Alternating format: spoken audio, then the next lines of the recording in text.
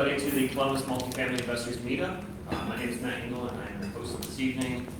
Today we're joined with Mr. Sam Koon of Koon Associates. And today they're going to be sharing their expertise about appraisals and how to appraise different types of properties.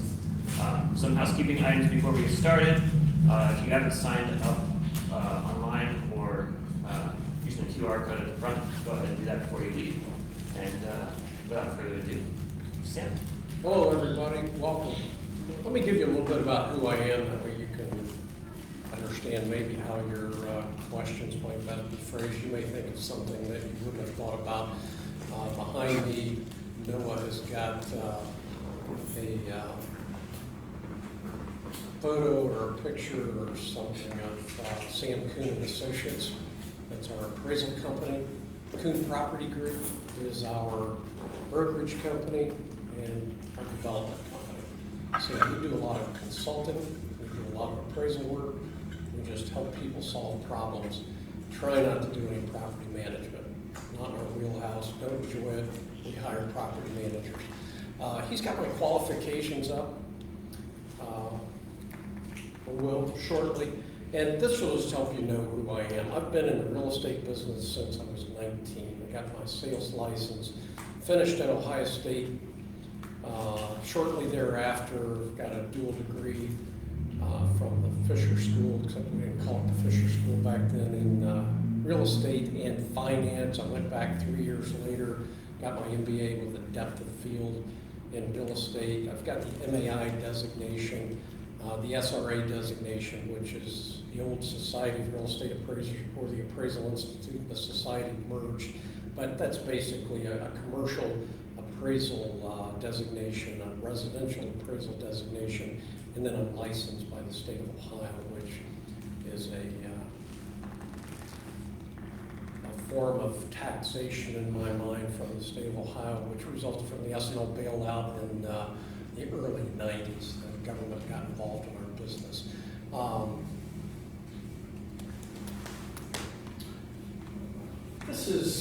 There's really not a whole lot that we haven't appraised. I'll handle questions on anything. I've never done a salt mine in Utah or a marshalling in North Carolina, but just about everything else we've done. Major distribution centers, shopping malls, all the way down to a single family home. So we enjoy all types of real estate. I get bored very quickly, so we don't have an expertise. There are guys in my field that don't want to do anything except net lease dollar general stores.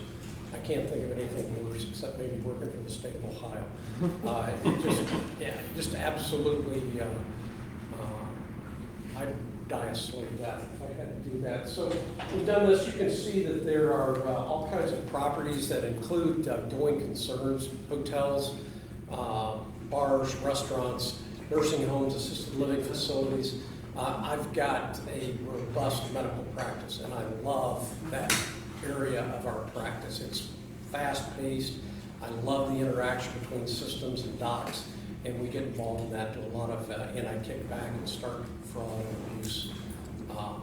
So anything that you want to talk about, I'm more than willing to do my best to is that a question? Yeah, I don't want to interrupt you though. No. But just in regards to types of properties. So I'm a lender, and I had a client actually ask me today about a property that he's acquiring cash, and he wants me to help him refinance it. But ultimately, he's buying a property that has like an old vacant single family on which it's 5 acres, on which the guy's built like a barn dominium, right? You heard about those. So I'm like, well, I'm not exactly sure. Looked up like Fannie's guides, and I mean, it sounds like it's potentially eligible as long as the appraiser can find like comps. And like, I don't know if you've ever appraised like a barn dominium, and like, what would you treat that like? We're doing one right now, and it had cost $200,000 to build, cost $400,000 to fix it. We've got some litigation going on, so I told them to spend $25,000 and tear it down. Really? But yeah, you could appraise it. Whether it conforms or not, I don't know. The government is way too far in your business and my business. I don't enjoy being told what to do, so there are rules that I do and don't know. There's nothing worse than a residential appraiser who's been turned into a robot by the federal government saying, you can't use the house across the street that's identical Right. because it sold 6 months and 1 day ago. Yeah, yeah. It's more than 1 mile away, you can't use it. So, could we do it? Yeah. Are there comps? Probably. I would take it to a private banking section of one of the local regional banks and get the deal down there and let them warehouse it. Gotcha. Okay. Anything else? And I've got some underwriting I'm going to show you guys. I'm going to talk to you about the problems that we have as appraisers. But when I do this type of thing, when I teach, when we do continuing education, or I go to the Bar Association and talk, I really want to give you what you want to hear. So if you've got questions, just interrupt me and roll.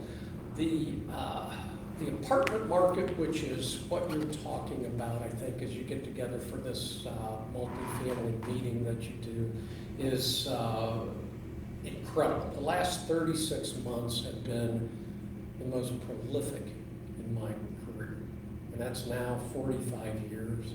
I've got a project I was looking at maybe 6 months ago and did a 10-year retrospective look on it.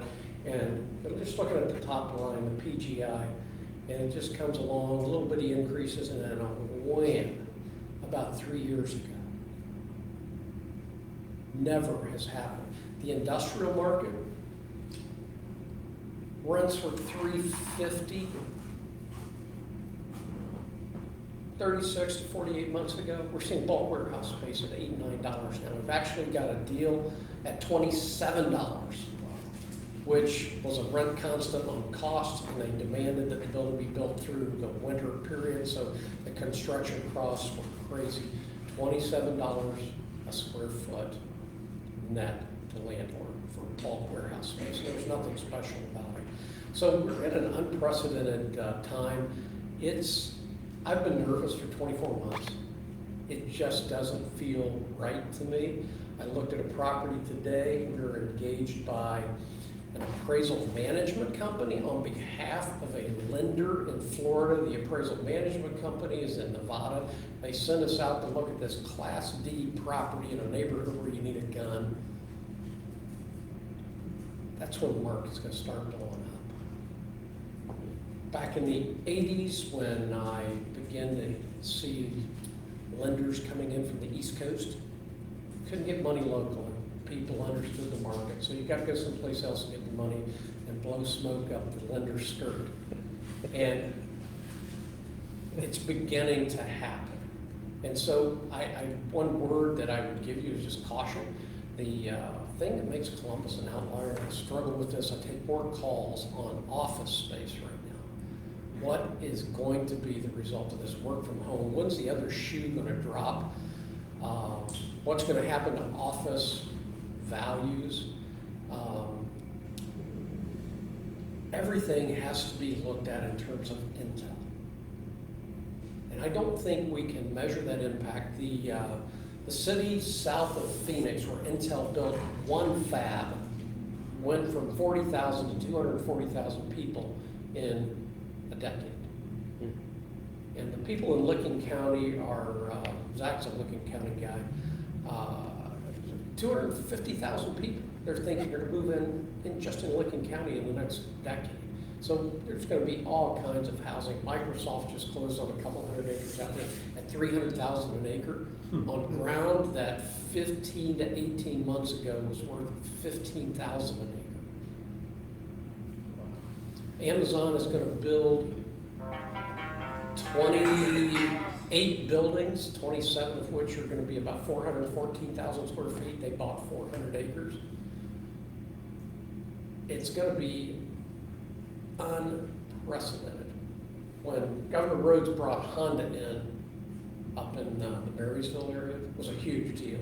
We, the people, ran sewer all the way out from Marysville.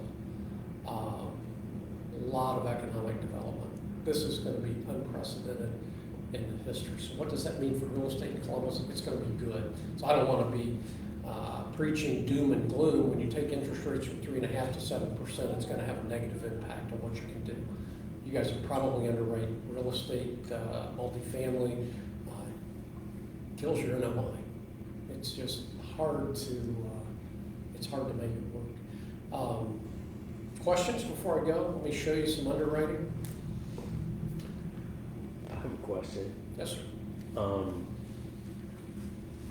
What advice, and it's kind of off topic, so I apologize for that, but someone who might be interested in getting involved in the industry or becoming an appraiser, how and what advice would you give them? The appraisal industry, unfortunately, has some very high barriers to entry. Maybe a decade ago, the requirements to get a residential license in the state of Ohio were increased. And they're trying to make a better quality appraisal, a better quality person. But what it actually did was defeat the ability of people to get into the business. To be licensed, and Noah, you can jump in here if I say this wrong, you've got to have 4 courses before you can start tracking hours. And then you've got to have, is it 2,000? Yep. You've got to have 2,000 hours spread over 2 years. Yeah. So if you work 2,000 hours a year, it doesn't make any difference. You just get credit for half. You've got to have 2 years under the tutelage of somebody like me who's licensed. Well, guess what? You can't do anything on your own. So I've got to tuck you in my hip pocket for 2 years, drag you around. You've got the dumb end of the tape. You can't sign anything. You can't write, and I'm paying you. And then at the end of the 2 years, you want to go in business for yourself, right? It's a bad formula. I spent a week training, and I was on my own back in 1976. Now, to answer your question, you've got to have those 4 courses, then you've got to spend 2 years with somebody like me, and then you've got a license and you can appraise. You take those 4, and you got to take 4 more, right?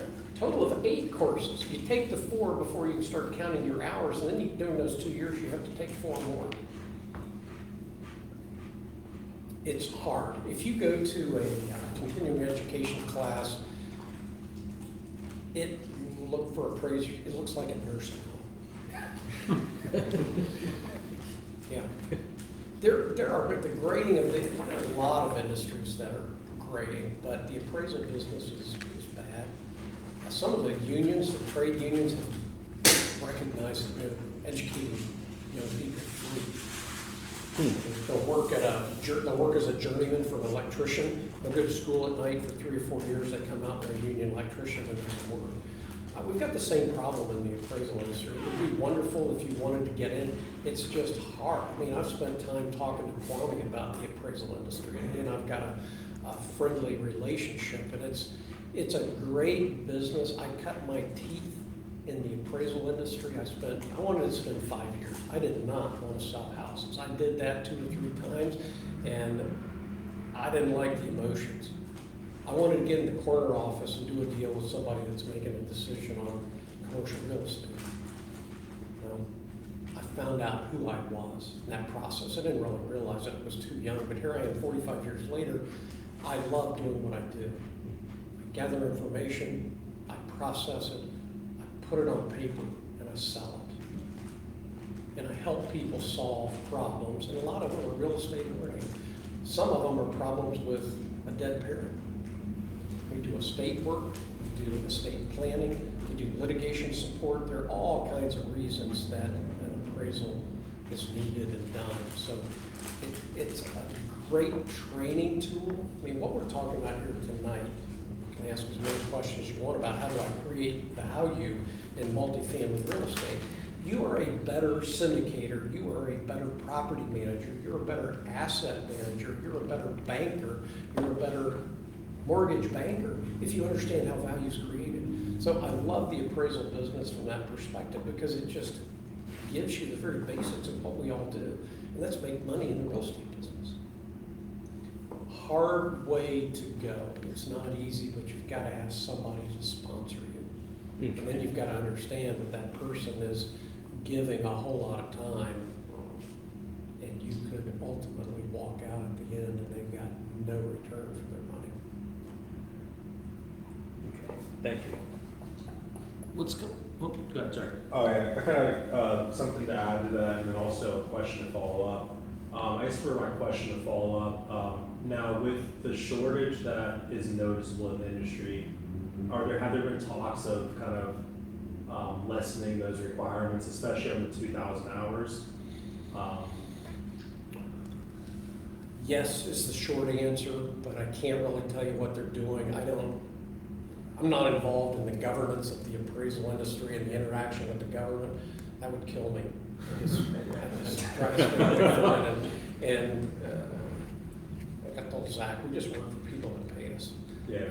So, yes, there's a problem, but also what's happening is that you've got the ability of a computer to think. I mean, that's nothing more than Zillow and whatever the other I mean, I just don't do that stuff. But artificial intelligence is coming, and can it do an appraisal? If the user of the appraisal says it's okay, the answer is yes. Will I use it to write the first half of my report? Probably. Nobody reads the Columbus Economic Overview anyway. It just tells you when the Indians came to Columbus. But we do talk about intel, and we do talk about the growth and population and so forth, but you understand what I'm saying? Fannie they got permission from the government in 2019. I haven't heard any statistics since then. They did 10% of their appraisals appraiser less. If you've got an arm's length transaction, property's on the market, buyer and seller agree, this is $100,000, we're gonna trade money. You've got 25% down. You've got a 700 credit score on the borrower. Do they really need to wait 10 to 12 to 15 days for an appraiser to tell them it's worth $100,000? Probably not. So I think the industry is going to go that direction more as it ages. We can do a lot more work right now than we could. When I started in the business, every person had an assistant. I can dictate finished copy. Boom, boom, boom. It's a skill I have not lost. We had carbon paper. We had whiteout. If I didn't dictate finished copy, I got killed. Come forward 40 years, I mean, I've seen the fax machine come in with those little curly things, and I was talking to a guy today, he was laughing, he was talking about the first copy machine they had. And so now we've got the ability, my son wrote appraisals as a student at Capital University. He started writing appraisals when he was 15. And I picked him up, we would go look at a property, and he would write and ship it in. There are all kinds of things that are changing the business, but overall, I think technology will reduce the number of people needed. Long-winded answer to a very good question. Yeah, and then to add to you, I know, I think it was Chase or Huntington was pushing an initiative to give scholarships out to minorities to go into appraisal field. I think it was in partnership with Ohio State. I don't have the email on my phone, I could send it to you afterwards. Cool, thank you. We just touched on the question I was going to ask within, we do Fannie Freddie lending, and, you see these property inspection waivers, and you read about, all this aggregative data that they've got now on all these millions of homes, and what is the temperature in the industry of being phased out in this, scope of work. And One thing that Zillow is never going to be able to do is walk through a house. Looks pretty good from the street. When the guys on the 34th floor of the Huntington Center decide they're going to invest in another tranche of credit card debt, let's lower the standards, let's get some more money out, let's get some more cards out. They know what their losses are going to be. They do. I think there's the same thing with single-family loans. We don't go inside the house. Statistically, we know we're going to have a loss ratio from this to this. Can we deal with that? Yeah, let's price it into the loan. So will it happen? Maybe. There are still all kinds of reasons. I was sitting on a witness stand and I had just testified and sat through the cross-exam. And then the attorney says, Mr. Koon, what do you think about this? It's a Zillow report. He had not hired an appraiser. I said, I don't think very much of it. Well, why not? I said, because it's useless. The judge says, let me see that. He took it up and the judge said, get that out of here. Now, the judge was my age.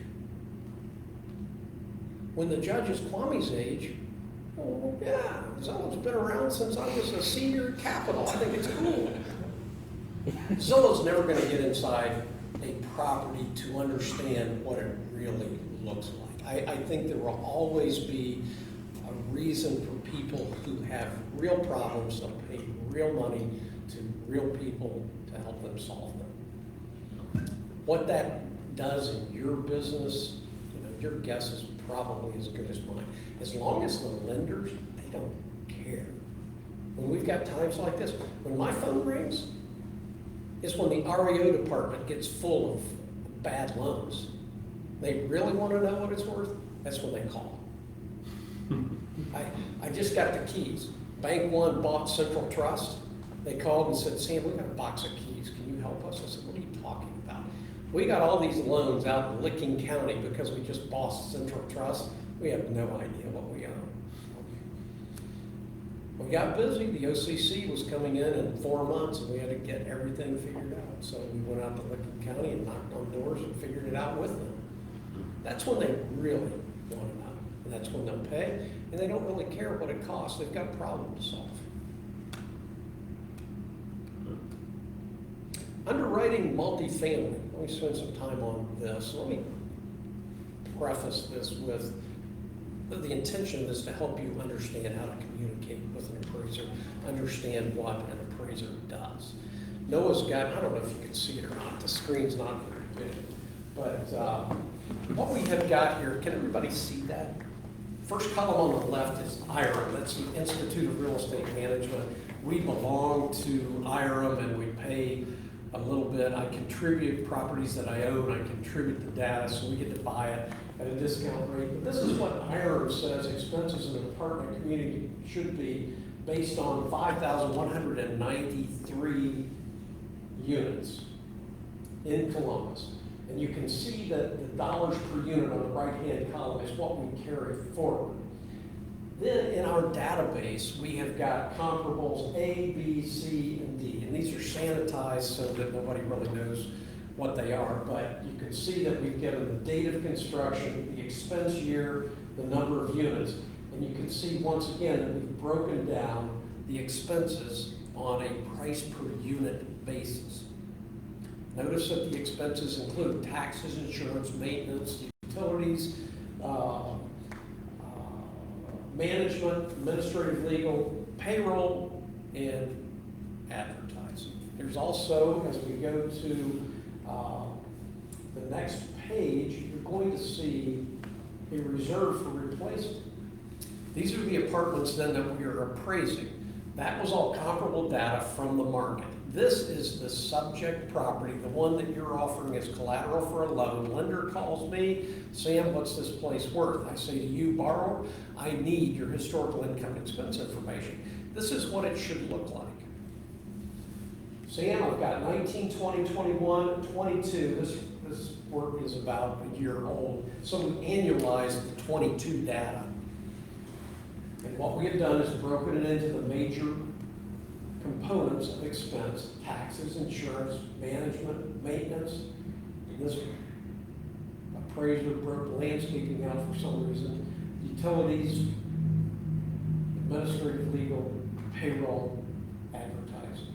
And then you'll see that if there's a reserve for replacement line, the owner for 4 years has no capital expense. My gut tells me it's all in the maintenance. Their maintenance line comes across at 377, 589, 999, and 463. They probably put some capital in the project in 2021. They spent $1,000 a unit. What we do to help the lenders, and this is just traditional appraisal underwriting, you can see the bottom right-hand corner, we've used a replacement reserve of $200 per unit per year. You don't spend that every year, but we normalize it, capitalize that net income into perpetuity, and it gives you a value after reserve for replacement. I do believe FHA, and you may know better, FHA is the only lender which requires the reserve account to be funded. And then that transfers, it's a TPA, transfer of physical assets, I think it's called. And they transfer that reserve account, and the FHA loan is usually assumed. So this is the underwriting. You can see that, well, something's wrong here, but yeah, there's a map there. You should be able to follow that bottom line across. The cash flow 539, 578, 484, 544, and then there's a map here with a resolution of $3,600,000. But you get the idea. We're looking at history, and we're coming across and saying the real estate tax has been 147, 118, 119, 120. It says 2,000,002. That's wrong. I've got a feeling somebody just used a wrong divisor. But that is how we look at a project and underwrite it. We look at the market, what are the expenses? Typically, what has this owner been doing?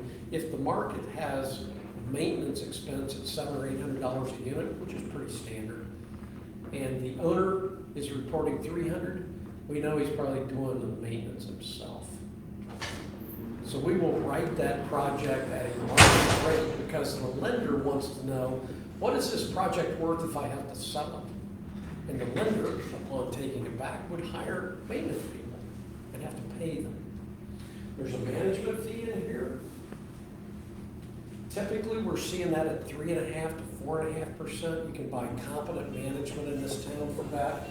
A lot of income and expense statements will not have a management fee in them, and the owner is not charging for his or her time, which is fine, but there's opportunity costs. So when we underwrite, we always put a management fee in. Any questions before I go on to show you something that somebody sends us and what we have to deal with? Yeah. This is a management fee of 3.5% to 4%. I feel like I've always heard people say like 8 to 10 if you hire a property management company. Are you talking in-house management would be in the 3? No, you're probably talking about a project that's very small and it does not have on-site people. And that 8% is including a leasing and a management fee? No, I've like leasing on top of the 8%, but I'm also don't have hundreds of units. Are you charging 8 or paying 8? Well, I haven't. I just do self-manage, but when people have... I've got projects where I'm paying 4%, I've got projects where I'm paying 8. Where I pay 8, I don't have an on-site manager, I don't have a rental office. Projects are small enough that they're running their own office, I pay them 8%, and that includes the leasing of the units, the management, the turnover, oversight. Yeah, I got a question on like the IRM's data. You know, how much, as an appraiser, how much are you, I guess, I don't want to say relying upon it, but how much are you trusting that data as compared to what you guys have just in your database for comparables or other databases? I'll trust my own data first. I'll trust IRM second. I've got enough contacts in the management industry, I can make calls. Yeah. What are you paying? I've got 4 people on staff. I've got a manager, got an assistant manager, leasing agent. I've got a full-time maintenance guy, full-time assistant. The maintenance guy's HVAC certified. What are your rates today? What are you having to pay? I'll call a management company. We'll bump those up by 25% for benefits, and that's our cost. So we can do that real time, and we do it. IRM is really just a guideline. IRM, BOMA, some of the published studies, they sell real well in court because there is an aura of their experts because they publish books. It just is what it is. So a lot of it depends on what we're doing and for whom. Do you use CoStar? We do use CoStar. I hate to tell you that I wish I didn't have to pay $3,500 a month for CoStar, but I do. I'd love to see, I'm going to say that word camera. Yes, we use CoStar. And other data sources too. I mean, I buy 4 or 5 Bob Benz's subdivision study, Jackie Haynes's reports for Columbus. That area of the business has changed too. I mean, when I was his age, my job was walking up and down High Street to the courthouse twice a day. I would take tracing paper and get the data off the deeds and draw the sketches and bring it back to the staff appraisers. I mean, everything. He probably didn't even know where the courthouse is. I knew everybody that worked there. Just, times have changed. Was there another hand? No? Let me show you what somebody gave us recently on a job. This is what I don't want you to do as a borrower, because it just kills you. Look at this. January 20 through December 2022, 3 years of information. Yeah. Why do appraisals cost so much? Really? Almost 3 years to get.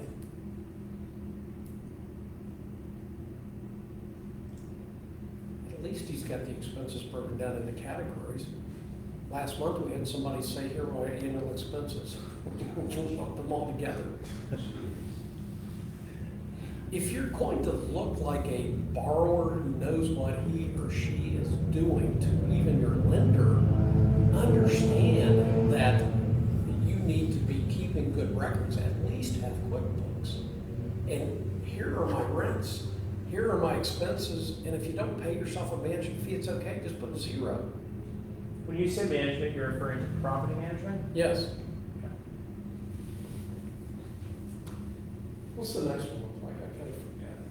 This is the second page, it just doesn't match the numbers from the first page. So, that's what we deal with, and it's really hard because sometimes lenders will let this stuff go through, and by the time I get a phone call, this deal is already marching down the aisle to the altar, and the lender and the borrower think they're getting married, and I say, no, this doesn't work. I mean, somebody explained to me this, and so they back out for 6 weeks. One of the problems with that, and this came about as a result of, I talked about the S&L bailout crisis in the early 90s, but 08, 09, 10. If I look at every recession in my career, 08, 9, 10 was different in many ways, but the difficulty of it was it brought forth this incredible separation of the lending community and the appraisal community. Inside a bank, you've got production and you've got credit. Production are the people that say yes, credit are the people that say no. They're like this. We used to work for the production people. We were involved in helping underwrite the loans. I made a living walking around Capitol Square, going to all the major banks downtown and helping the loan officers, the senior credit officer, the developer sit around the table and understand how you could do a deal. The bank doesn't lose money, the developer gets as much money as possible. We worked together. It was a wonderful industry. 08, 9, 10, the government decides there's too much collusion going on. And we've got this Chinese firewall that gets built inside the banks. It is now illegal for me to talk to a loan officer before being engaged on a deal. And if I'm talking to a loan officer now, the people that are in the appraisal department want to know about it. They want to be involved. That's how bad some of it has gotten. Then they hire an appraisal management company between me and the appraisal department inside the bank. You ever play that game when you're in first grade, you sat in a circle and you whisper something and it goes around and it gets to the end and everybody laughs at what comes out? Well, that's what happens because the loan officer who doesn't fill out the information right hands it to a secretary who has no idea how to spell real estate. That secretary sends it to the appraisal management company. They don't care. It's not their money. They contact me and say, would you like to bid on this job? So we send a bid in, we get hired, goes back up, and then say, I'm sitting at this medical office building you hired us to appraise. Yeah. Well, it's a car wash. What do you want me to do? Oh, well, could you send me an email? Yeah, they just want to shove it right back up the street. That's what's happened in the lending industry in the past 15 years. Everybody is miserable. Miserable. Our practice used to be 75% lending support. It is now about 30. And I've done that purposely. I've positioned our work to get away from the computer, to get away from the replacement of AI, to do work for people who've got real problems and want to pay us to help solve them, and not to have to worry about review appraisers calling me saying your chart is sideways.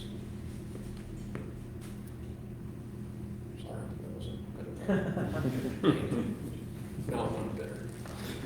Any other questions?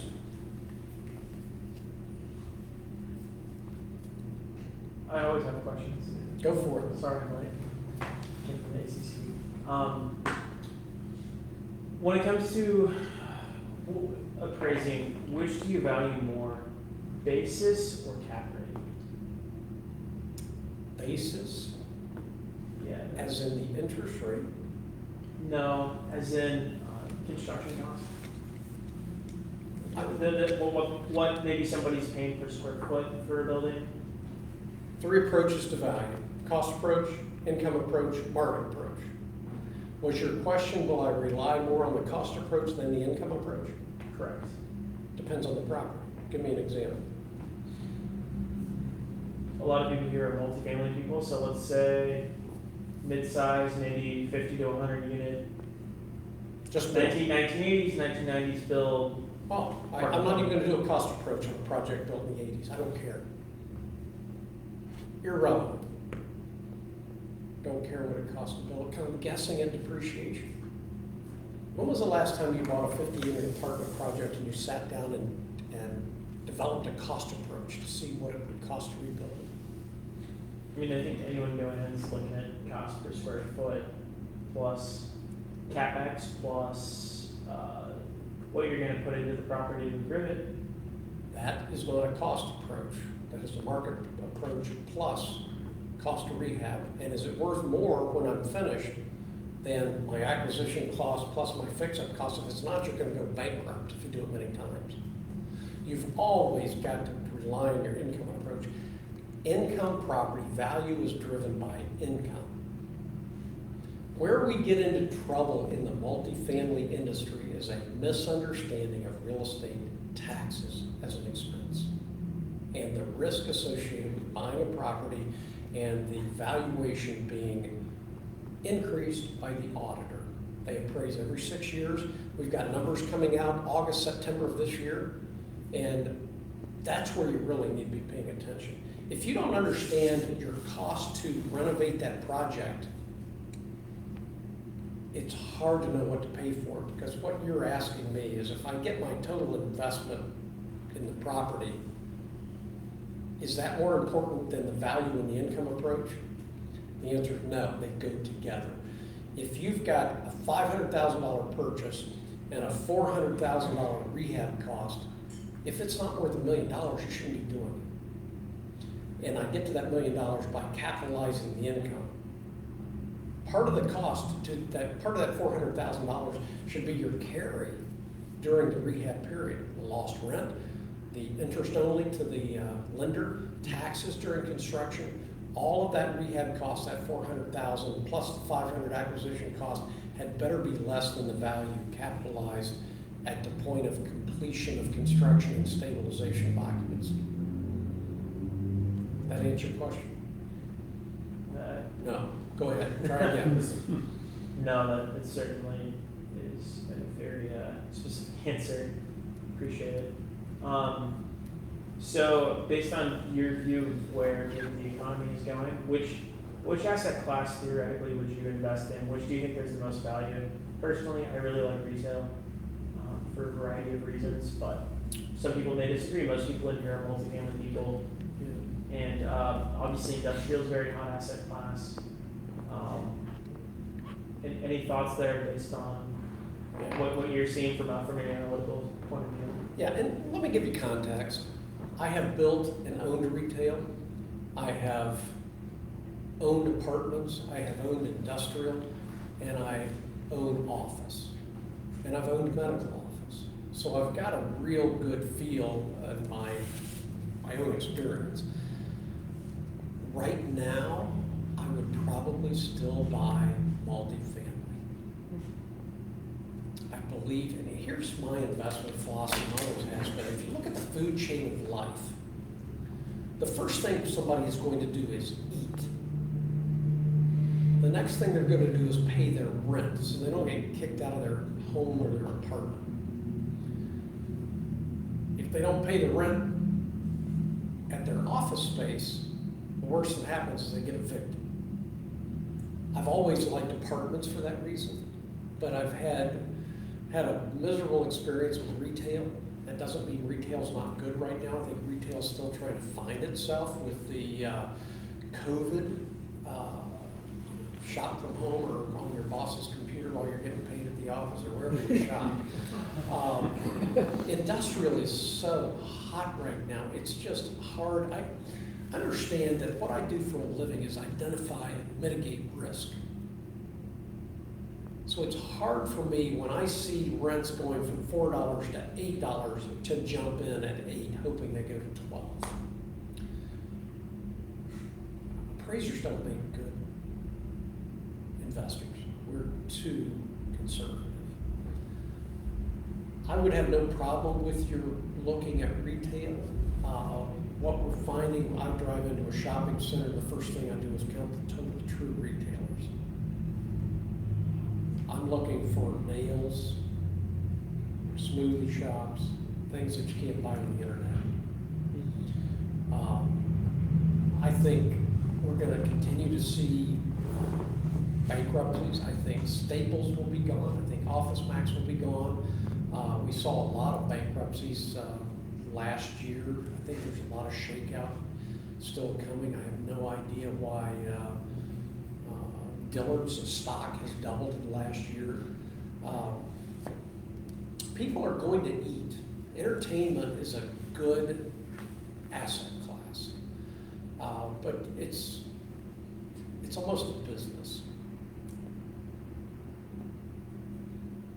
Less so than a hotel, though. I mean, hotel, you've got the owner-operator relationship. Retail, you can place a lot of those costs on the tenant. Assuming they can pay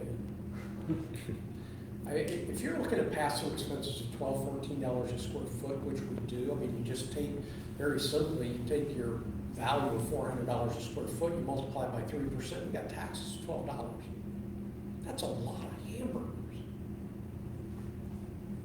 So I would be careful in retail just from that perspective. It's great that you can pass it through, but at some point there's a total occupancy cost that a tenant looks at. I can pay this much rent, but I've got expenses of this much for utilities and taxes, insurance and maintenance and everything else.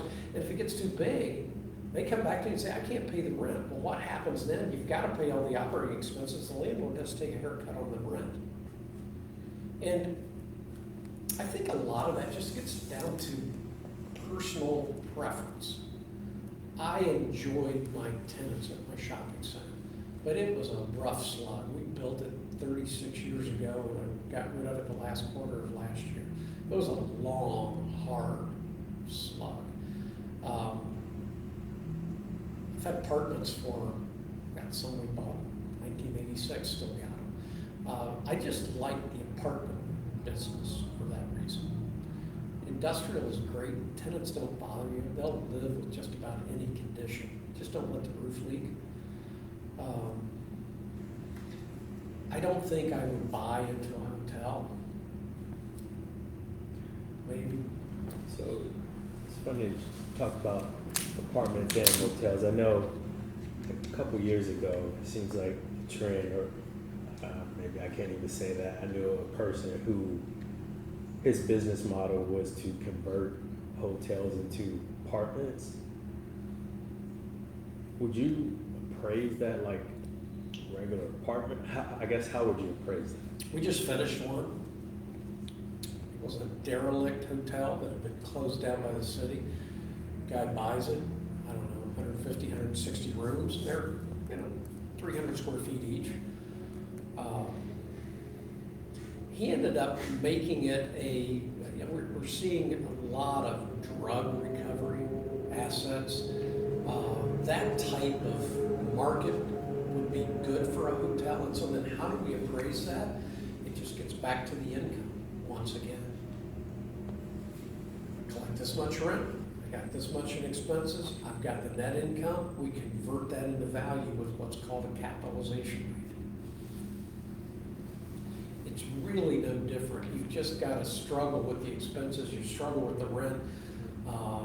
Anytime you get into government subsidized housing, whether it's a renovated hotel with Section 8 being used, vouchers to put the people in a standard Section 8 project, a low-income housing tax credit project, Section 42, you've got to understand the programs, you've got to understand the way the money flows and the restrictions on what you can typically do as an owner. But value is going to be driven by income. So non-government involved, at least fairly limited. What cap rates are you seeing for maybe, let's just to aggregate A, B, C class, B class, multifamily versus industrial versus retail, office? I mean, obviously office is going to be the highest cap rate, but there's tons of camp involved versus maybe medical office somewhere in there. Let's start with apartments. I have seen rates below 4. I guess referring to Columbus. Yeah, I've seen rates. Just since we're off the line. I've seen rates below 4 in Columbus, up to 6 for the best of the good. I've seen rates up to 10 when you need a gun. And just for context, because of interest rates, referring to the past year. Same answer. Forwards? I'm talking about the past year, absolutely. Yeah. Here's what makes no sense. I mean, this is real estate 101. When you were at Ohio State in BA 670, they taught you this. You cannot buy real estate at less than your mortgage. I mean, I come in here and say I need an apartment loan. He's going to say, how's 6.75% sound fixed for 5? And I'm going to buy it at a 4% rate. I've got 2 3/4 point negative leverage on my equity. That's what's happening. People are banking on appreciation and increased rents. And where does value add lie within that? Because I think a lot of us are looking to increase rents on undervalued properties. That didn't go back to the previous question, but Yeah. I have an offer on a 36 unit for context. I think it's a really good basis. Give you good cost per square foot, good cost per unit, solid building. 75,000 per unit, and good suburb workforce housing, but the rents are under 800 per unit. And that's I guess why I'm asking the question. And so they should be 1,100. Correct. Okay, so we're this at 1,100. Flip back so you can see. Do a pro forma at 1,100. Oh, I have it knocks it out of the park. Okay, and then what's your question? It knocks it out of the park. The question is, we have to bring additional capital if it appraises low.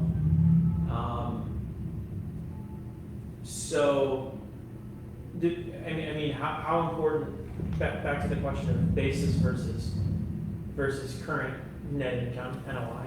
I don't care about the current net income. Your lender shouldn't care either if they believe in you. You pay your bills? Try You ever handed a project back to a lender? No. Have you got any money? Some. Okay, so go out and raise some equity and come back and talk to me. Maybe what you hear, but then let's not. Do this. You underwrite it at 11. You're buying it 75,000 times 36, whatever that number is. Kwame will have it here in a minute. You're buying it at that level. So if you underwrite it at 1,100 and it tells you that it's worth 85,000 times 36, you've got a $10,000 per unit value creation. What's it going to cost you to create the 1,100? Is Almost nothing, maybe $3,000 per unit, so $100,000. You're not going to lose anybody when you raise the rents. That's what I'm telling my partner. Does she believe you? It's his wife. Business partner. My wife just kind of, she's seen how real estate is done for us, so she's like, whatever you want to do, honey, just sure. If I were you, I would go ahead and try to do it, but have your equity lined up. Do your capital stack so that if you have to bring in, I don't know, what do you think you might need? $15K for the parking lot. $110,000 worst case scenario for the interior and CapEx, additional CapEx on the parking lot. And what percentage of that is out of your purchase price?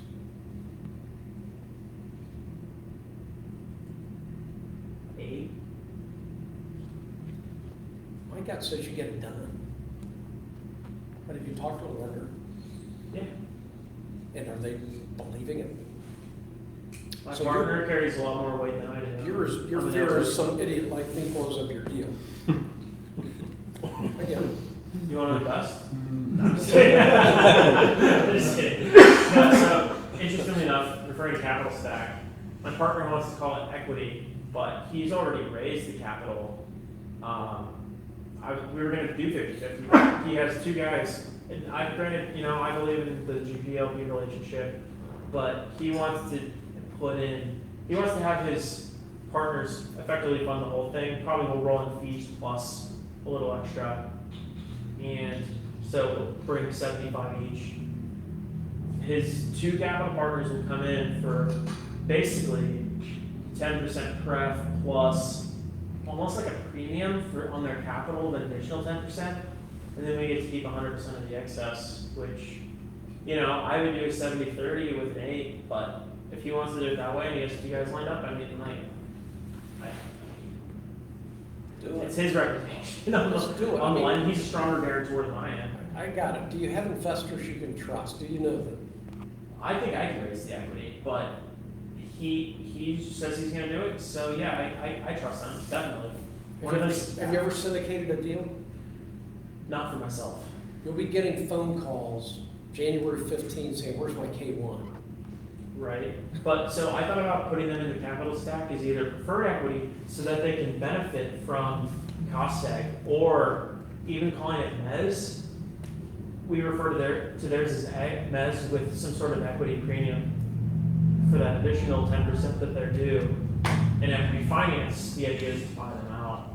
That's his pitch, and I don't want to say no to that. I mean, because I think we can clear $1 million plus.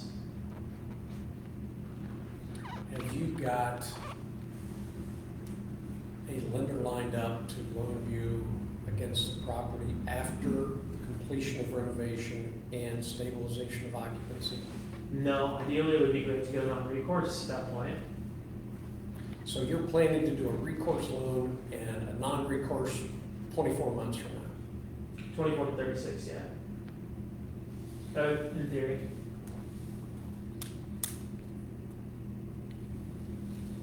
And your investors are gone then in 24 months. You give them their money and they're gone. Correct. So your question to me is whether the appraiser's going to screw that deal up. Yeah. Because the rents are egregiously low. Probably $745 a unit. Have you got rent covers? Yeah. there's nothing for rent in the area less than 1,400. I mean, like, I think we can easily get 1,000 to 1,050. Have you got a list of them? I'm sorry? Have you got a list of them? Yes, Is it professionally put together? Am I considered No. professional? A list. No. I think Spend he's some asking, time, like, help the appraiser will help you. Yeah. Can you go into a little more detail? I get Absolutely. it, but just for, Give me the addresses of your rent columns. Tell me who you talked to. If it's in the multiple listing someplace, give me a picture of it. so you're saying, so it doesn't appraise for 300 grand less than we're paying for it? Tell me Bring why, the rental comps is, tell me why you think what you think. You're putting your money on the line. I'm here. yeah, I'm putting my, even more so, I'm putting my guarantee on the line. I'm guaranteeing over $1 million in debt. Right, so spend some time like it's important to you. I'm under the gun to get something done in 2 weeks. What do you know? You've been looking at this deal for a long time. Give me the benefit of your knowledge. Hand it to me in a way that makes sense so that I don't have to start over. Tell me why you think it's there. Show me the method to your madness. And you're probably not gonna have a problem. You mentioned property taxes is the most overlooked. Yep. Is the most overlooked area. And granted, you know, I looked at basis what we're paying versus auditor's appraised value and multiplied our purchase price by that and figured that multiplied by the current property tax amount, you know, it could be a $30,000 cost increase. I don't want that. Which ways do you recommend legally, ethically to hedge against that? I'm not sure what you just said, but here's what you should do.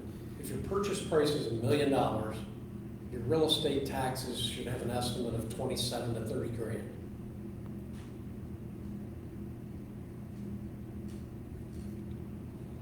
I'm your lender.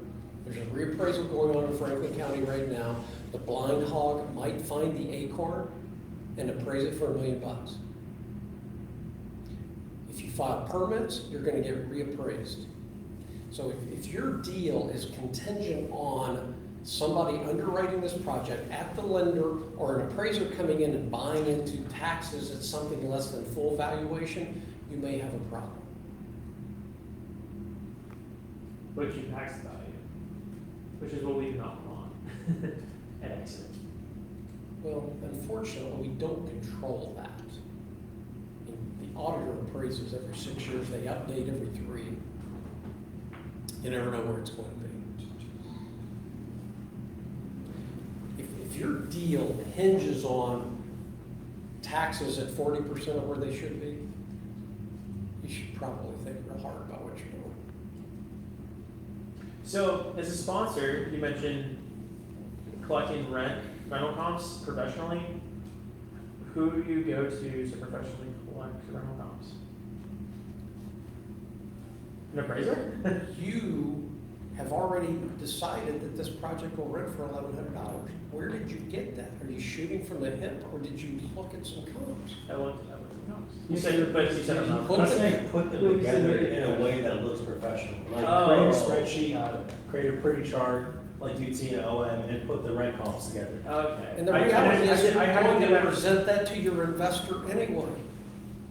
And I did that too on a 10 unit I'm buying in Schumacher because it's egregiously underrented at $500 to $600 per unit. And I had to show them, hey, look, like there's nothing for rent in the German Village area for less than $1,000. If we renovate these, we should at least be able to get $900 to $975 over the next 2 years, based on several different data points. You know, rent-a-meter here, Zillow here, etc. Well, the appraiser will be your friend if you're the appraiser's friend. That's the message. Okay, help them out by doing proper research. Well, and it's nothing that you shouldn't be doing anyway. If you're taking my money to invest in your deal and you haven't done that, I'm not going to give you my money. I mean, what are you getting paid to do? Take care of my money. And you're estimating rent at $1,100 and you haven't gathered any data? I mean, I'm being facetious, but Yeah, All the appraiser is asking, give me the benefit of what you've already done.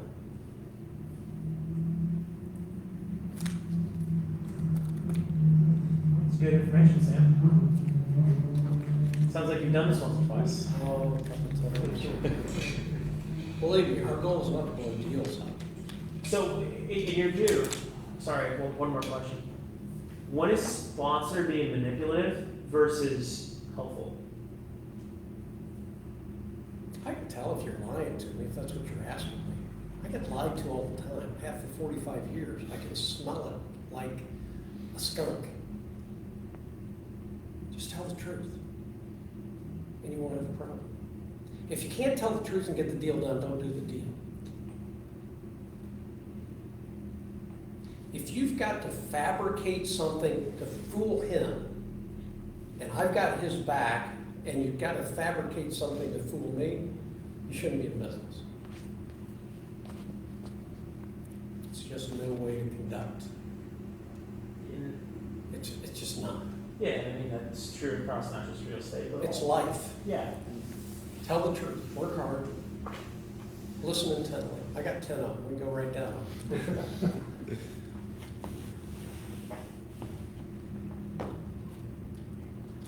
Any other questions? Yes, sir. Yeah, so I know you're not on the lending side, but I was reading an article recently that said that non-recourse is kind of getting harder and harder to get, and that a lot of investors really shouldn't expect it to kind of be there going forward. Are you noticing that yourself? I guess just through appraisals, are non-recourse funds still hitting your desk? Or? In fairness, I'm not exposed to that information the way I was 15 years ago. But I think in general, what you're saying is right. Most commercial loans we're seeing today are 5 and 7 years with personal guarantees. The non-recourse, you've got the agency debt, Fannie and Freddie, and some life companies, standard mortgage brokers are peddling that debt. We've got defeasance clauses and so forth. It's not a cakewalk. I would say 80% of the work that's done is probably 5 to 7 year arms with personal guarantees. You feel different? No, I don't. Yeah, and on that note, I read that more than $2 trillion of loans are coming due in the next 2 years. As a experienced real estate professional, what's your take on how that will, maybe Columbus is different, maybe not, how that will impact valuations, how that will impact? It won't be good. If $2 trillion goes into the REO departments at banks, they'll discount it and sell it. Value will be down. How much of that is office? I don't know. I can tell you that the office vacancy rate downtown Columbus right now is about 30%.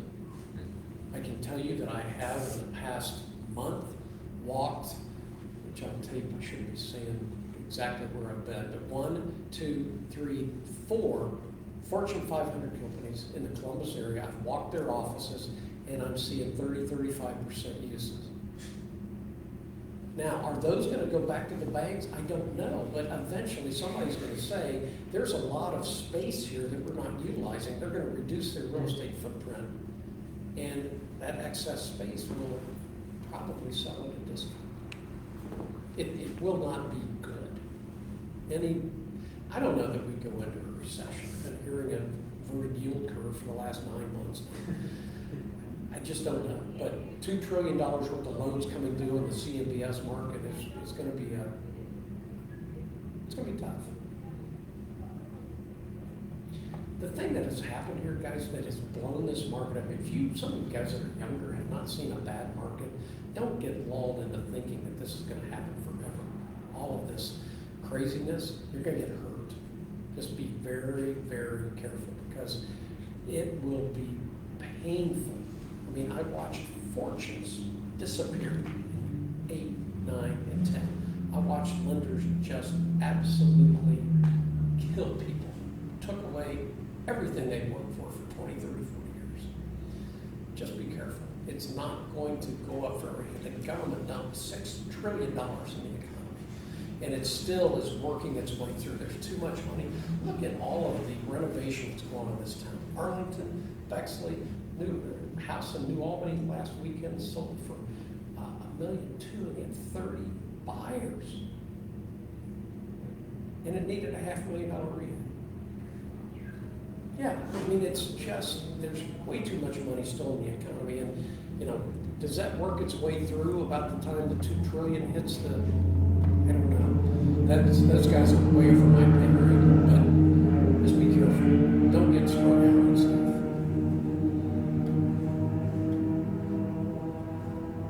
What would you do differently now if you would go back to, let's say, your early 20s? If I were your age, Yeah. first thing I would do would be graduate from college. After that, after you graduate. You know, there are 10 people there. I want you to tell everybody here, I'm gonna finish my degree. Yeah. What would I do differently? Yeah. You know, it's been a good run, Zach. I have been blessed with 45 years of getting up every day, and I love what I do. I would do what I do for free. That's joy. And what I would wish for each and every person here, and everybody that I come across, is you could be that joyful about what I want. I love what I do. So I'm not sure I would do anything different. Could I have been a developer and made a whole lot more money? Absolutely. Have I got the skill set? Yes. Do I have the contacts? Yes. Do I have the borrowing capacity? Yes. But I just enjoy doing what I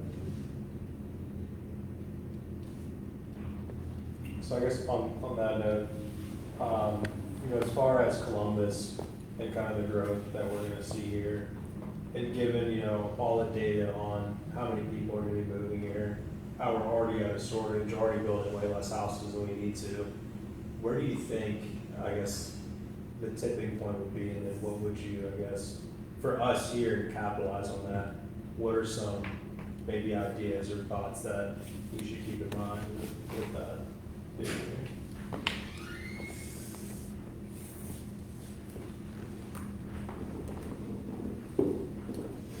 I would say stay within your ability to afford a project.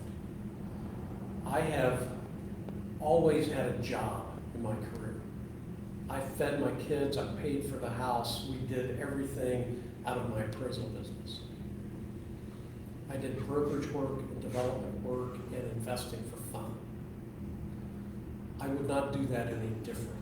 There is a mindset in this country, and forgive me for those of you who are under 35, but there is a mindset of dream it, build it, scale it, sell it, and I should be able to buy an island in Belize.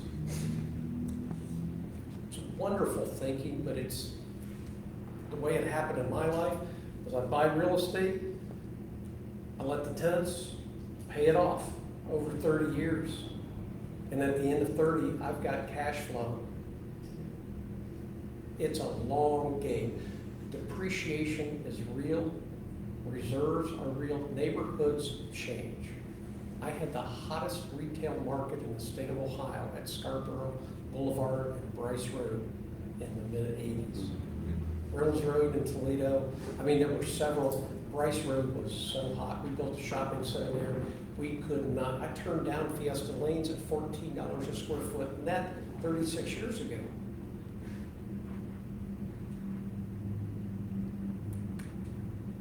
You need a gun right now.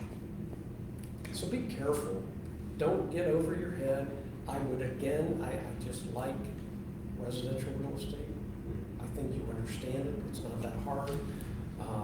You don't get in trouble with corporations and attorneys, generally speaking. You can reason with people.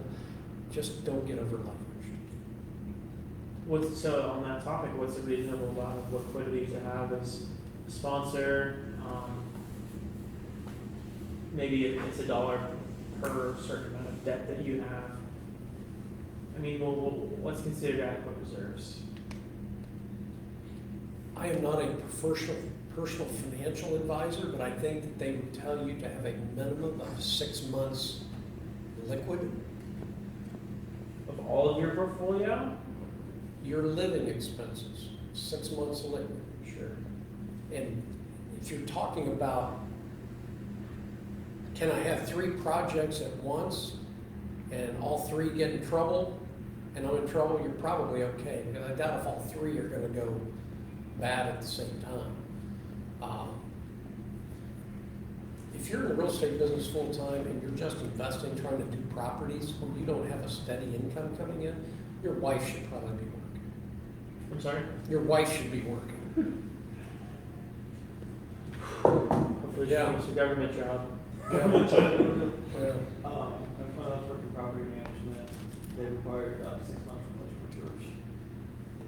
So you're completed. I've heard 10% of your loan amount, like. That's kind of like what I've fallen in, lately fallen. You have $2 million in loans and you get $20,000 in cash. Like, what That's kind of what I'm thinking. My wife wants more reserves than I do. She wants what? More reserves than I do. Do you have anything is everything multifamily? Mostly. Small. You know, Small, yes, sir. I'm in small multifamily fixed. I would feel differently if you had, say, Ohio State University on a net lease. They're not gonna miss a payment. If you had a land lease underneath a building, I would feel differently. If you've got friends in a community where it may be one of the first areas to, if we go into a recession, where people start going home and living with their parents again, you might want to listen to your wife. I think a lot of it just depends on the portfolio and the risk associated therewith. We're trying to figure that out right now. Just a couple of friends who have done very well for themselves. And trying to balance it. We're at about a $50,000 discrepancy of where we should be at, because I want to keep deploying that equity because it's worked out decently so far. But I don't want to get it over my head. Give up more of the deals and sleep at night. Sleep fine. Take fees instead of equity. You're ready to get out of The there. tax fees are taxed, equity isn't. I guess my fees, it doesn't matter, right? But I mean, the overarching premise here is you gotta keep your wife happy. How do I minimize my equity requirement to keep my wife happy? That's the equation on the chalkboard. fair. Yeah. Yeah, no, I mean, maybe there's no ground, or maybe I should just concede and make sure she can sleep at night, I guess. Do 2 or 3 more deals and take less out of them and have more cash. All right, I think we have time for 1 or 2 more questions.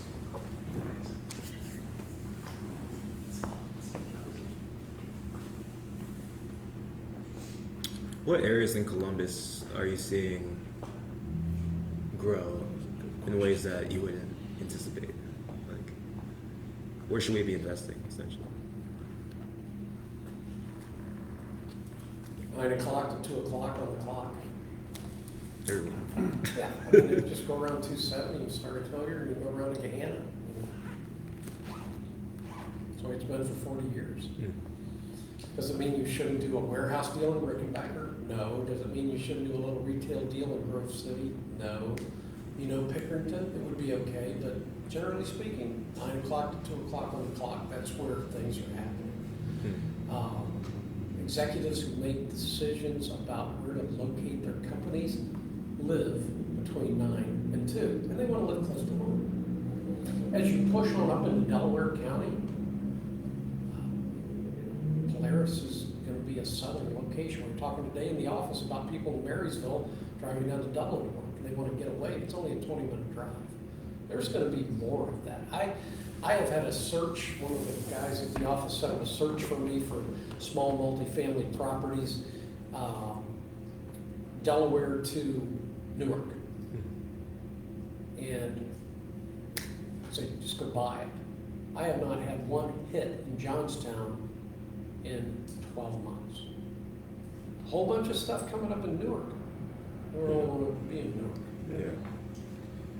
Yeah. I mean, Utica, Johnstown, Sunbury, Mount Vernon. I think people are already there looking. It's going to be an incredible ride. Those of you who are younger and get to see the next 20 years of business, it's going to be a great place to be in the real estate business. But that doesn't mean Arlington and Dublin and Hilliard are going to get left behind because they're on the opposite side of the city. I think a rising tide raises all boats. And I wouldn't hesitate to jump in and campus.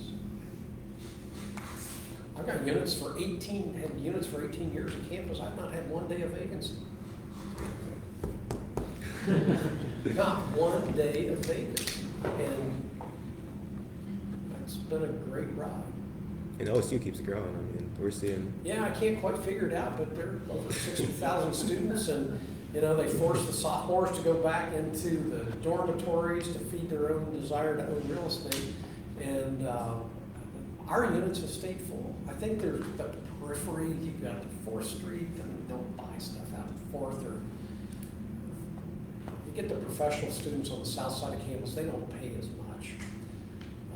You get a 4 or 5 bedroom on the south side of campus, and it's tough. They don't live together. The sophomores are the ones coming out of the dorms, and they thought it was cool to have roommates. Well, it's gotten to a point by the time you're a junior, you don't want to have roommates. Am I right? Yeah. I got to check my sources now. My instincts aren't as good as they used to be. I'm not the target market anymore.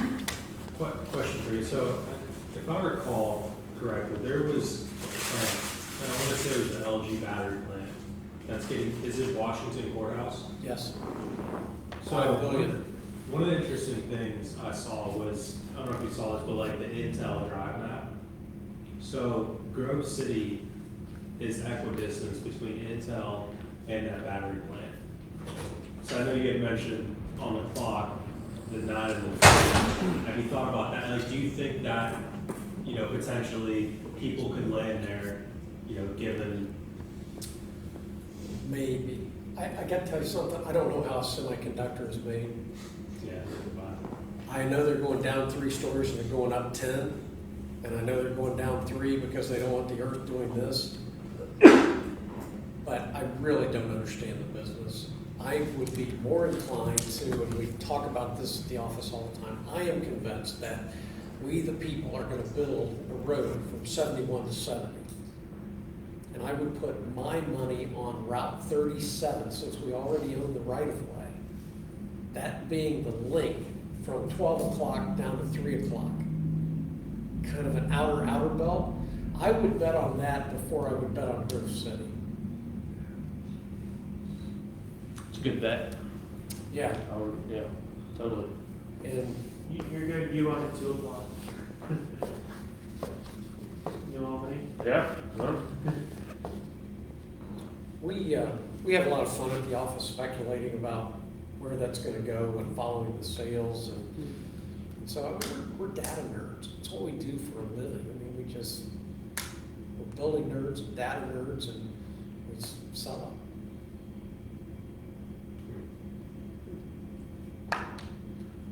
Thanks for having me.